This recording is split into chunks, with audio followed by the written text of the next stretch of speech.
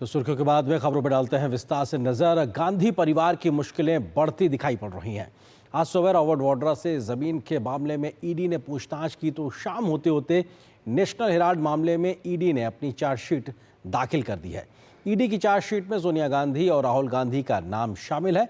करीब 2000 करोड़ रुपए के घोटाले से जुड़े इस मामले में गांधी परिवार सवालों के घेरे में है। इस मामले में ईडी सोनिया गांधी और राहुल गांधी से पहले भी पूछताछ कर चुका है। किस तरीके से ये पूरा मामला था, अपने आप में राजनीतिक रूप से लगातार गरमाया हुआ था, क्योंकि कांग्रेस पार्टी के माध्यम से एजेएल को लोन देना और उसके बाद में यंग इंडियन कंपनी के माध्यम से जिसपे गांधी परिवार का आधिपत्य था, उसके माध्यम से एजेएल का अधिग्रहण करना और लगभग 50 लाख रुपए देकर 2000 करोड़ रुपए की संपत्ति अर्जित करने का ये पूरा मामला है। और इसको लेकर सवालों के घेरे में है गांधी परिवार और इसी को लेकर ईडी की पूरी ये जांच चल रही है, जिसकी चार्जशीट आज दाखिल की गई है। इस मामले में सोनिया गांधी और राहुल गांधी से पूछताछ भी हो चुकी है, तो अपने आप में कई अन्य कांग्रेसी नेताओं भी सवाल के घेरे में थे, जिनको नाम भी इस चार्जशीट में शामिल होने की बात सामने आ रही है।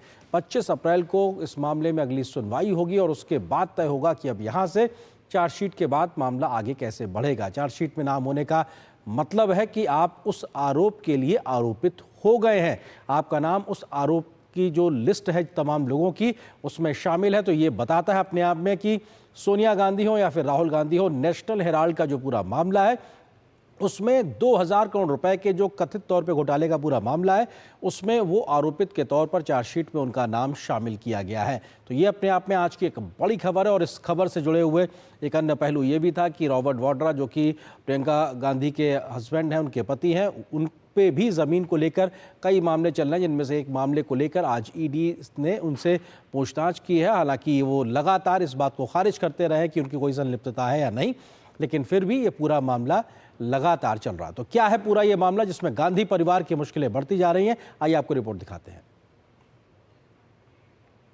मुश्किल में गांधी परिवार, नेशनल हेराल्ड केस में कसा शिकंजा। ईडी ने चार्जशीट में डाला सोनिया राहुल का नाम।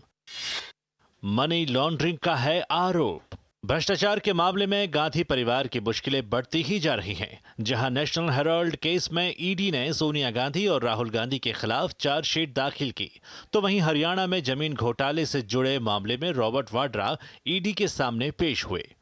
National Herald money laundering case में प्रवर्तन निदेशालय यानी ईडी ने गांधी परिवार पर जो कानून के दायरे लाते हुए दिल्ली की राउस एवेन्यू कोर्ट में चार्जशीट दाखिल की। ईडी द्वारा दाखिल इस चार्जशीट में सोनिया गांधी, राहुल गांधी, सैम पित्रोदा और सुमन दुबे समेत कई अन्य नेताओं के नाम शामिल है।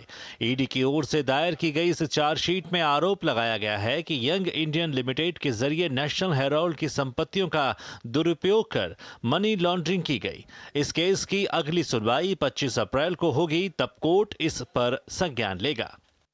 जनता का माल अपनी जेब में डाल, चाहे वो कर्नाटका में हो वहां करते हैं, चाहे वो रॉबर्ट वाड्रा का किस्सा हो, वहां पर भी हमने देखा है कि कैसे जनता की और किसानों की जमीनें ले ली, और चाहे हम नेशनल हेराल्ड का केस देखें तो वहां पर भी पब्लिक संपत्ति को अपना बना दिया। इसी को तो कहते हैं वक्फ मानसिकता। अपनी मानसिकता ये है कि जनता का जो भी जायदाद है, पैसे हैं, संपत्ति है, उसको अपना बना दो। अब जिन्होंने भ्रष्टाचार में लूटा है उनको लौटाना पड़ रहा है, तो वो लुटेरे विक्टिमहुड कार्ड खेल रहे हैं। पैन कार्ड, आधार कार्ड, राशन कार्ड हमारे पास होता है, कांग्रेस के पास विक्टिमहुड कार्ड है। इस बीच कांग्रेस महासचिव प्रियंका गांधी के पति रॉबर्ट वाड्रा हरियाणा में जमीन घोटाले से जुड़े मामले में ईडी के दूसरे समन पर पेश हुए। ईडी ने रॉबर्ट वाड्रा से इस मामले में सवाल किए। इससे पहले 8 अप्रैल को वाड्रा को पहला समन जारी किया गया था, हालांकि वह ईडी दफ्तर नहीं पहुंचे थे।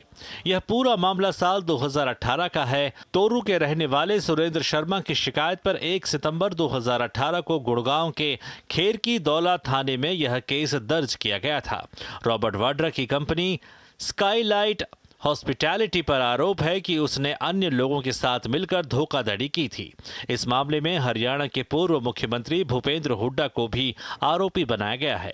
आईपीसी की धारा 420, 120, 467, 468 और 471 के तहत इस मामले में केस दर्ज किया गया था। मामला दर्ज होने के बाद आईपीसी की धारा 423 के तहत नए आरोप जोड़े गए थे। Nothing, all the questions which I've answered before are being answered again. It's There's no issue. I had nothing to hide. Everything was answered. Everything will be answered again. Robert Vadra, जमीन हड़पू और भूमाफिया, उनको ईडी ने बुलाया था प्रश्न पूछने के लिए।